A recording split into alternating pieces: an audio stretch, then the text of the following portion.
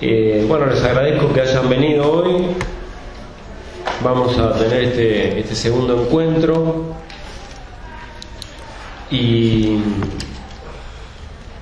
a mí me cuesta un poco, me da la impresión que el Che es tan abarcador que sintetizar, confieso, a pesar de tantos años de la cátedra Che Guevara, me cuesta mucho, ¿no? Porque es muy rica esta tradición de pensamiento. Entonces, focalizar en 3 encuentros, nada más, implica dejar afuera una cantidad de cosas.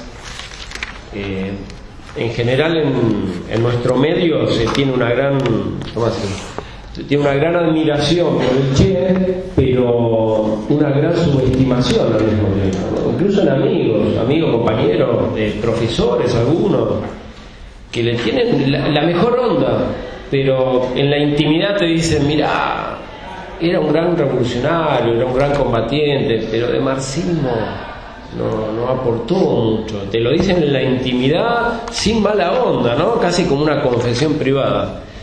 Y me parece que lo que hay es un desconocimiento, porque sí hay un aporte, me parece, una síntesis de un montón de tradiciones, corrientes y lecturas políticas que en Guevara y en el guevarismo como corriente se sintetizan.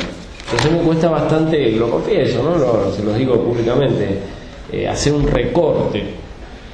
Entonces, en la reunión de hoy se me ocurrió, cuando intercambiamos ahí correos con los compañeros, hacer un recorte de 2 temas, de 2 problemas, por lo menos es la intención, después hay que ver cómo se hace.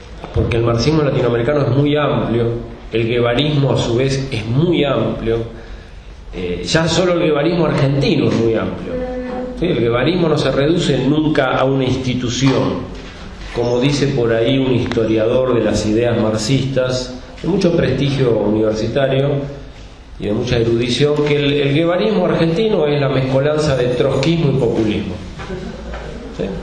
¿Por qué? Porque en los orígenes del PRT estaba la corriente aprista y después se juntaron con los de Nahuel Moreno, y entonces de esa mezcolanza nace el guevarismo argentino. Una visión absolutamente deformada, unilateral, no responde históricamente a lo que es el guevarismo, y estoy hablando de literatura universitaria muy prestigiosa, no de un muchachito que no sabe nada, de profesores con prestigio que escriben en los grandes medios. El guevarismo no es la mezcolanza de trotskismo y populismo, ¿no? Es una vertiente el variado arco de corrientes revolucionarias de nuestro continente, que expresa, a mi modo de ver, el punto más alto, como dijo la compañera, del marxismo latinoamericano, que no es para nada una mezcolanza de 2 corrientes con las cuales en general hay afinidades electivas, hay convergencias y hay varias divergencias. Entonces, decir que el guevarismo es esa mezcolanza me parece que es una subestimación muy grande. Entonces, en esta escuela de formación o seminarios, no importa el nombre que le pongan, en estos encuentros, me parece que el énfasis es tratar de rescatar esa riqueza, por lo menos para sembrar la semilla, y después ustedes harán otras escuelas, ¿no? Profundizarán por su cuenta. Entonces, en el recorte yo quería proponer 2 temas, ¿sí? El tema del poder y el tema de la transición al socialismo. Esos eran los 2 temas. Y principalmente el tema del poder, ¿sí? Que además de que es el eje del marxismo, es uno de los puntos ausentes en la izquierda argentina en su conjunto, por lo menos desde 1983 para acá. Un tema que se menciona pero que no está en la agenda. No se discute el poder, se discute si vamos o no vamos a las elecciones, si vamos a las elecciones cómo se arman las listas, si no vamos a las elecciones nos quedamos en el barrio, si vamos a hacer la unidad con tal otro grupo, tal. Pero el tema del poder y lo que conlleva el poder, que es la estrategia, está ausente de la agenda.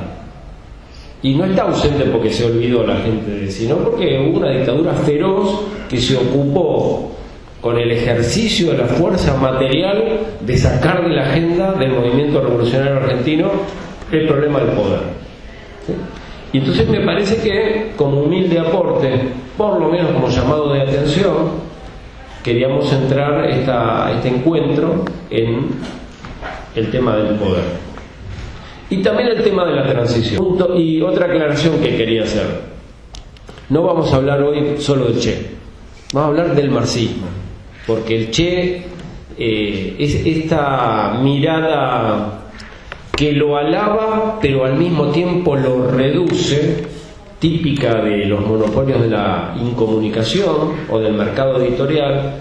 Termina reduciendo al Che a una biografía, ¿sí? Como dijimos en la reunión anterior, está perfecto estudiar la biografía del Che, es muy interesante porque puede incentivar a una nueva generación a retomar esa bandera que quedó ahí flotando, que quedó pendiente, para que haya nueva gente que la retome.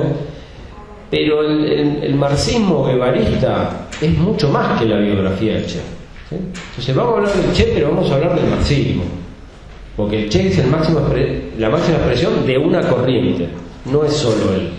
Entonces quería hacer esa aclaración porque quizás van a escuchar otros nombres y decir, pero yo vine a un seminario guevarista, ¿por qué me hablan de estos otros autores? Bueno, es que el Che no es un individuo aislado, ¿sí? No es un loquito suelto, es una expresión de una corriente, y dio su vida luchando y combatiendo por la causa de una corriente, ¿no? Que es el socialismo latinoamericano, el comunismo latinoamericano. Entonces, paso previo, pregunta muy elemental si se quiere: ¿el Che es marxista?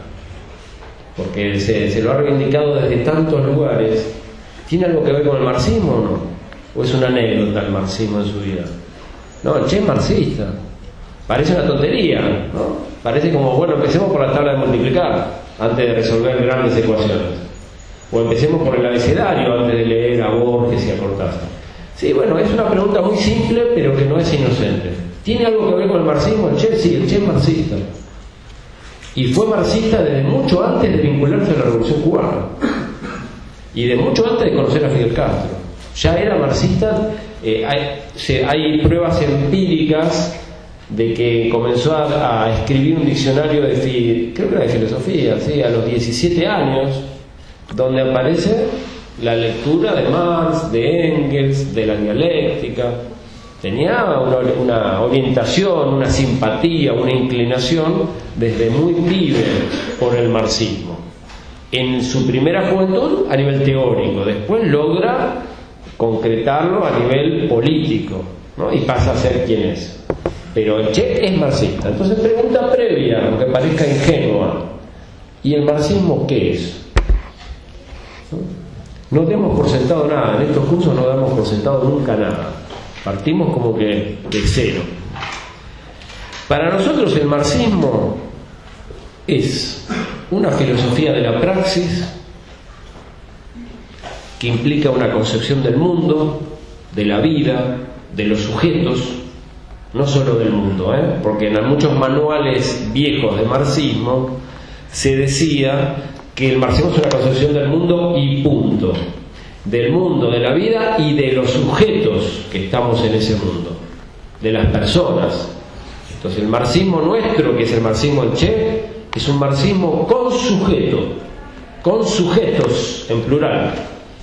No es solo una mirada del mundo social, es una mirada del mundo social y de la praxis subjetiva dentro del mundo social, ¿no? Y de las luchas. Entonces una filosofía de la praxis, que es una concepción del mundo, de la vida, de los sujetos, es una concepción materialista de la historia, es una mirada de la historia humana centrada en el conflicto, no en la armonía, centrada en los conflictos. El conflicto no es una anomalía, el conflicto no viene de afuera introducido por gente maligna, el infiltrado, el activista, el terrorista, el subversivo. No, el conflicto está en el corazón mismo de la historia. La historia humana es la historia de la lucha de clases, es la historia entre los pueblos sometidos y sus opresores. La historia latinoamericana es la historia de esta lucha. ¿Cómo entender la historia latinoamericana sin entender la conquista de América? ¿No? El sometimiento de civilizaciones completas, la masacre que fueron 70 millones de muertos, 70 millones de muertos, ¿sí? Más que la Segunda Guerra Mundial implicó la conquista europea. La historia nuestra es la historia de las luchas y de los conflictos. El marxismo es una teoría de esa historia. es una teoría crítica de la sociedad capitalista también.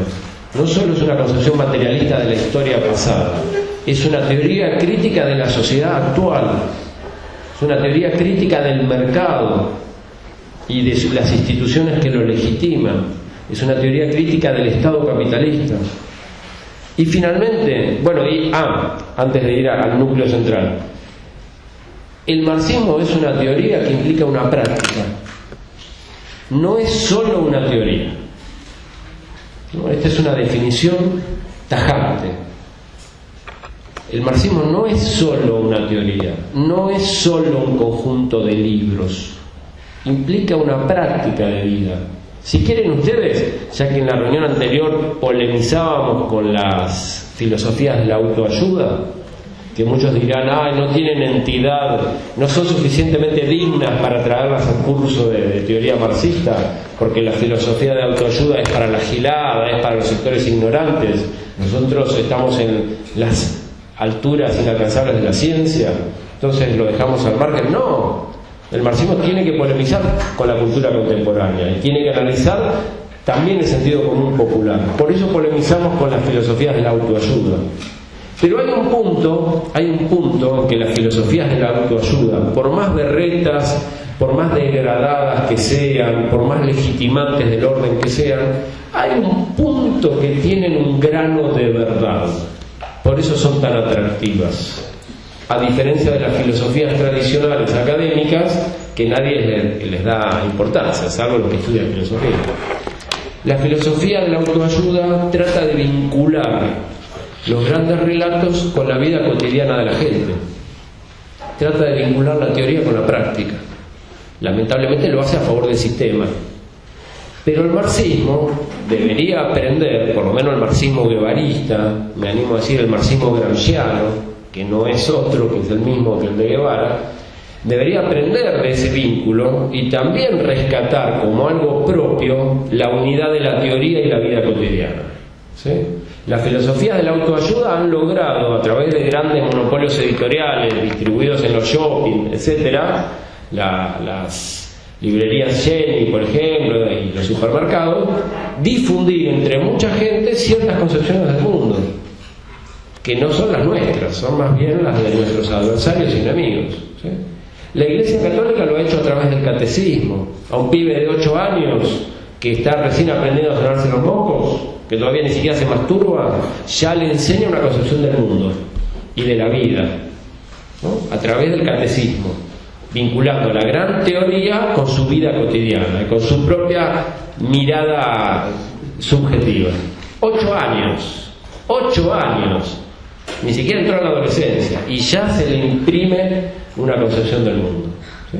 Entonces el marxismo, en discusión, en polémica, en debate con las filosofías de la autoayuda, con los catecismos, y hablo de los cristianos, pero las otras religiones hacen lo mismo, digo, menciono al cristianismo porque es la más masiva en nuestro país. El marxismo también, a mi modo de ver, tiene que rescatar ese vínculo entre el gran relato teórico, las hipótesis de mucho alcance explicativo y la vida cotidiana. El marxismo no es solo una teoría de grandes hipótesis, es también una filosofía de vida, para mí. No para mí, para esta gente, digamos, que yo defiendo, ¿no? Que yo intento, no sé, tratar de compartir con ustedes en términos más o menos simples, comprensibles.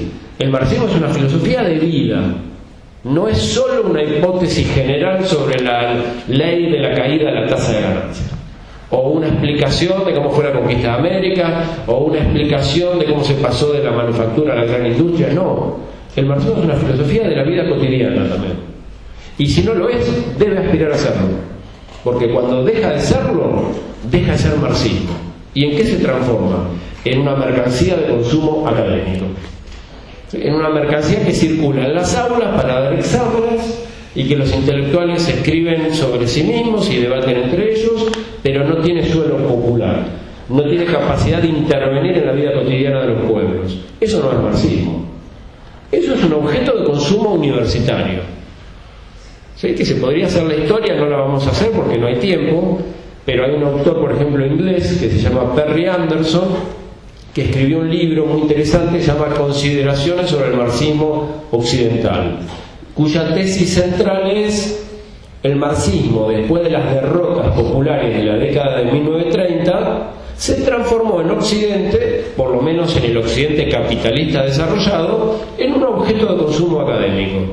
Teorías para universitarios, súper eruditas, súper exquisitas, con un lenguaje muy refinado, pero sin suelo popular, donde se debate en la universidad. Su lenguaje incomprensible para las masas. Bueno, eso no es el marxismo. El marxismo no es una teoría únicamente explicativa, sin vínculos con el suelo popular, sin vínculos con las masas, ¿sí? Con un lenguaje que no entiende nadie. No, el marxismo aspira desde Carlos Marx en adelante, y el Che Guevara en su máxima expresión, a unir la teoría con la práctica, las grandes hipótesis con una práctica de vida, en el lenguaje de Gramsci, las grandes concepciones del mundo con normas prácticas de acción. Eso es el marxismo. Entonces Gramsci dice por ahí, yo creo que con un lenguaje muy refinado expresa lo mismo que dice el Che en otro lenguaje más simple, que el marxismo es una ética en un sentido. Ética en el sentido amplio de la palabra ética, donde la teoría se une con normas de conducta. Y por eso Gramsci la compara al marxismo con el cristianismo. Dice, el cristianismo no es solamente los libros de San Anselmo, San Agustín, Santo Tomás y los grandes teólogos, que eran grandes filósofos que hablaban de Dios, la gracia divina, el papel del sujeto. No, el cristianismo no es solo los libros de Santo Tomás y San Anselmo y San Agustín. El cristianismo implica normas de conducta práctica, cotidianas. Un buen cristiano no solo debe leer a los grandes teólogos, debe también que actuar en su vida cotidiana como cristiano, si no, no es cristiano. Entonces Gramsci hace el paralelo, dice, a los marxistas nos pasa lo mismo. Un marxista de verdad no es solo el que lee a Marx, sino el que se comporta en su vida cotidiana según las normas del marxismo, ¿no? Y en el caso del guevarismo latinoamericano, esas normas de conducta cotidiana, bueno, suelen ser bastante exigentes, vamos a decir la verdad. Quizá demasiado, pero bueno, el Che elevó la apuesta, le puso muy alto el punto, ¿no? Y sus discípulos, que nosotros queremos, compartimos y aspiramos a recuperar después de la derrota del 76, como Roby Santucho y otros, también pusieron la apuesta muy alta, ¿no? Para ser un buen marxista hay que hacer cosas, no basta con decir adhiero o leí tal libro y me gustó y ya, soy marxista. No, eso no es marxismo. Hago toda esta introducción porque me parece para encontrarle, digamos, el sabor, la pimienta al guevarismo, de toda la variedad, porque el marxismo tiene una variedad de corrientes. Es más, en algunos libros yo he planteado por ahí, no sé si me equivoco, es una hipótesis de lectura, que ni siquiera hay un marxismo, hay muchos marxismos, ¿sí? Hay muchos marxismos. Pero en esa variedad muy grande de marxismos, el guevarismo expresa el punto de vista más radical, que en sus exigencias de unir la teoría con la práctica, ¿sí? De unir el conocimiento con una filosofía de vida cotidiana, conlleva ciertas exigencias éticas muy altas, a veces difíciles de cumplir, hay que reconocerlo, sobre todo cuando estamos metidos en una sociedad mercantil capitalista y tenemos que vivir todos los días en una sociedad que no se guía por los valores de la ética comunista, sino se guía por los valores del mercado, ¿no? Donde manda la guita, por la guita baila el mono, dice el refrán popular, el tiempo es oro, y una cantidad de expresiones populares que sintetizan una mirada ajena y opuesta y antagónica a la ética comunista. Entonces, ser guevarista y ser marxista y ser revolucionario en nuestra sociedad es complejo, porque implica una norma de conducta práctica cotidiana con un alto grado de exigencia, y que no hay que tratar de satisfacerla solamente, desde mi punto de vista, cuando uno tiene 20 años.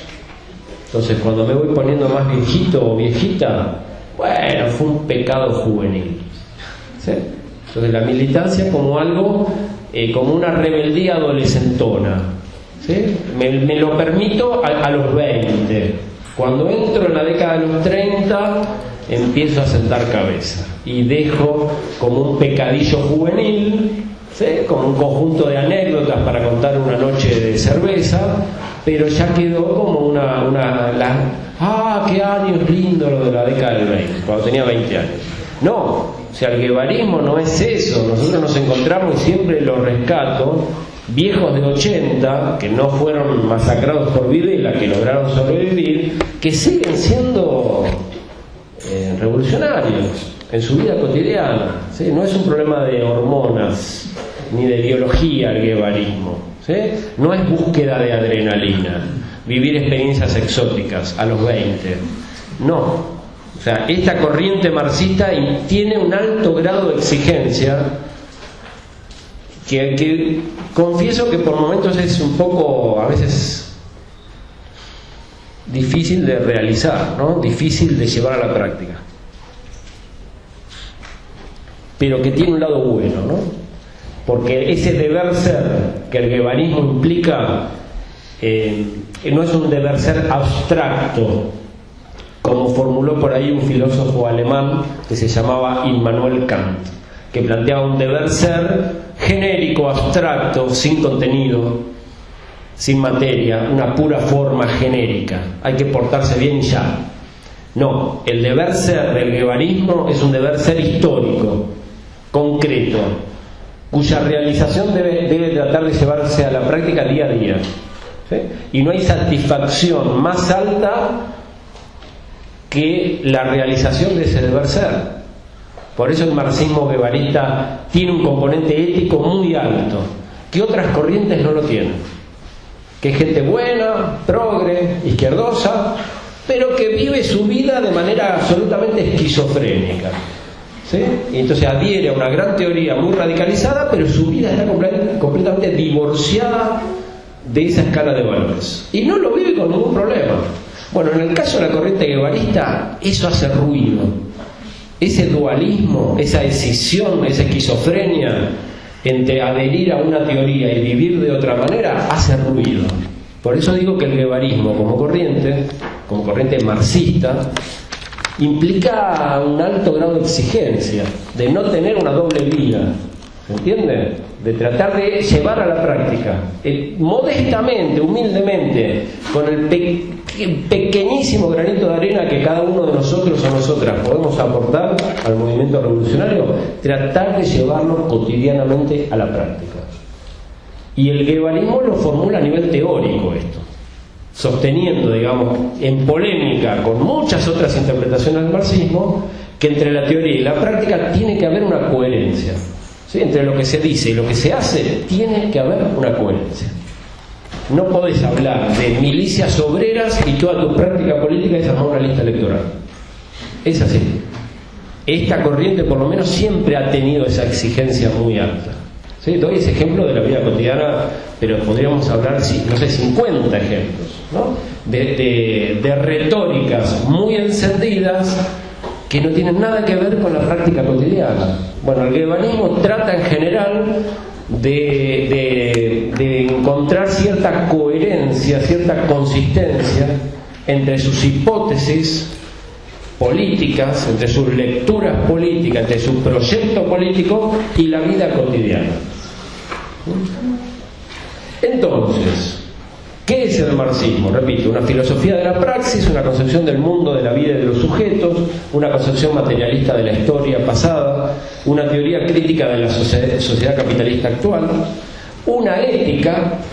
Por eso toda esta explicación es para fundamentar por qué consideramos que el marxismo también es una ética y que la ética no está divorciada del carácter científico del marxismo, porque las corrientes más positivistas siempre han visto con sospecha cualquier atribución ética al marxismo. Parecería ser que para ser marxista hay que tener una mirada completamente ajena a las escalas de valores, ¿sí?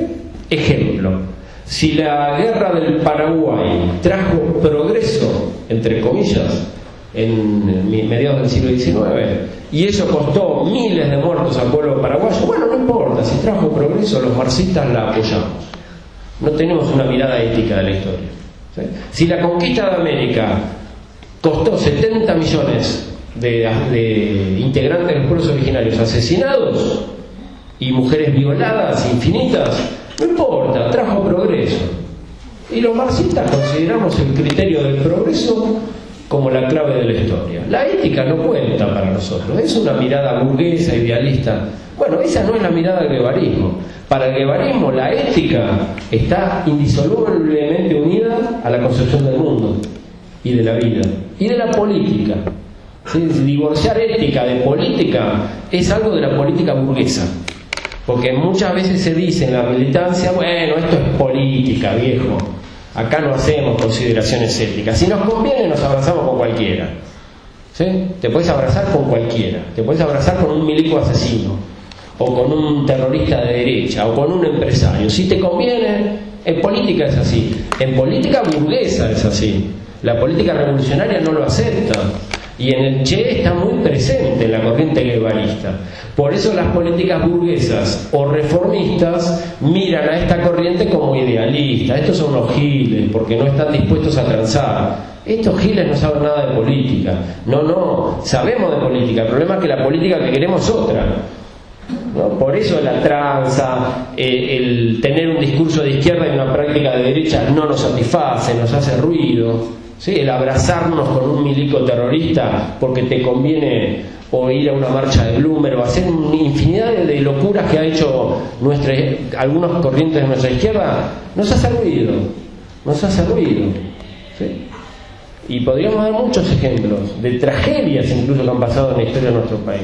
Miradas del golpe de Videla delirantes que presuponían un divorcio absoluto entre la política y la ética, cuando tus propios militantes estaban siendo desaparecidos.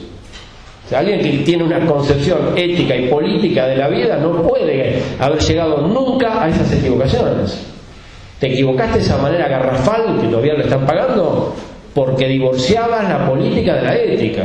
Si no, nunca hubieras podido decir esas cosas. En fin, además de todo esto, para nosotros el marxismo centralmente es una teoría de la revolución. ¿Para qué sirve el marxismo? ¿Para qué sirve el Capital de Marx? Sirve para luchar por la revolución. Si no, no es marxismo para nosotros. Respetamos que hay otras interpretaciones, estamos simplemente compartiendo una mirada posible. El marxismo es centralmente una teoría de la revolución. Y alguna vez yo quiero rescatar a un profe que lo conocí personalmente, aunque después no me gustó mucho lo que escribía, pero es un hombre que aportó mucho, muy polémico, se llamaba José Aricó, que fue uno de los grandes especialistas en el marxismo latinoamericano. Durante una parte importante de su vida se consideraba guevarista. Recuerdo que lo último que escribió en defensa del guevarismo fue en 1977, cuando acá estaba Videla matando a todo el mundo en Macera. Hace una antología del Che Guevara en la cual se reivindica guevarista y comunista. Dice, y este es nuestro proyecto de vida, nuestro proyecto político, nuestra mirada teórica del marxismo, el guevarismo y la ética comunista de Ernesto Che Guevara. 1977 es la última vez que leí que dijera eso. Después cambió trágicamente, se fue al exilio mexicano, se hizo socialdemócrata e inauguró toda una corriente de socialdemócratas de nefasta influencia, de mucho peso universitario, sobre todo en esta Universidad de Quilmes donde estamos ahora. Han tenido mucho peso institucional acá, también en la UBA, llegaron a dirigir la UBA incluso, dirigen editoriales, ¿sí? Como la editorial Siglo XXI, mucho peso institucional, mucha presencia en los medios. No son grupos marginales. Tipo brillante, Aricó. Yo lamento mucho, lo conocí cuando ya estaba viejo y enfermo, lamento mucho ese giro que pegó en su vida. Pero él una vez, sintetizando en un texto de Centro Editor de América Latina, que era una editorial que la hicieron mierda a los militares, le quemaron 24 toneladas de libros en 1976, y en una de sus colecciones eran los grandes hombres de la historia. No sé si alguna vez la vieron. vale la pena. Todo lo de centro de toda América Latina se encuentra en librerías de viejos, búsquenlo, vale la pena. Y me acuerdo que le tocó a José Alicó hacer la biografía de Mao Zedong, cuando todavía él era comunista, ¿no? Y resumió, y a mí me pareció brillante, lástima el giro socialdemócrata posterior, cuando intentó resumir qué era el marxismo en ese folleto. No recuerdo el año que salió, creo que en 1973, por ahí. Después volvió a salir con página 12, en la etapa post-dictadura. No lo publicaron ese folleto, que ya Alicó no quería saber más nada con el marxismo. Pero recuerdo que cuando era pibe, lo sintetizó así, y a mí siempre me gustó. En última instancia, decía Alicó hablando de Mao, pero hablando de todo el marxismo. En última instancia, todas las verdades del marxismo se resumen en la siguiente proposición: la rebelión es legítima. Esa es la síntesis del marxismo. El marxismo es una teoría de la rebelión, es una teoría de la revolución, y ahí se engloba el conjunto enorme de teorías e hipótesis que aporta el marxismo. Enorme, una cantidad infinita de libros. Pero si hubiera que sintetizarlo en uno, la rebelión y la revolución son legítimas. Cuando la vieja pregunta de la filosofía política universitaria académica es contraria y antagónica. ¿Saben qué preguntan los filósofos políticos clásicos? Así me lo enseñaron mis profesores, por lo menos. ¿Por qué debo obedecer? Toda la filosofía política se resume en la pregunta ¿por qué debo obedecer? Así nos decían a nosotros cuando estudiábamos estas cosas en la universidad. Y el marxismo viene a romper con todo eso, y al revés. No por qué debo obedecer, por qué debo desobedecer y por qué debo enfrentar al capitalismo. Ese es el núcleo, el corazón del marxismo. Y yo creo que resume el espíritu de Guevara, ¿no? Guevara es eso, es una teoría y una práctica que en el caso de él le llevó a que lo maten incluso, y a muchos de sus compañeros y compañeras también. La rebelión y la revolución es legítima, son legítimas. ¿Sí? Eso como síntesis de qué entendemos por marxismo. Puede parecer una pregunta simple, reitero, yo creo que no lo es. Porque según como respondamos qué es el marxismo, así vamos a contar las historias del marxismo. Para nosotros, insisto y repito, y no me voy a cansar de repetir, no es solo una teoría. El marxismo no son libritos solamente. Es mucho más que libritos, Implica una filosofía de vida y que hay que tratar de llevarla a la práctica, repito, no solo cuando se tiene la edad que la mayoría de los que ustedes tienen. Espero de viejos que ustedes sigan en esta misma pelea.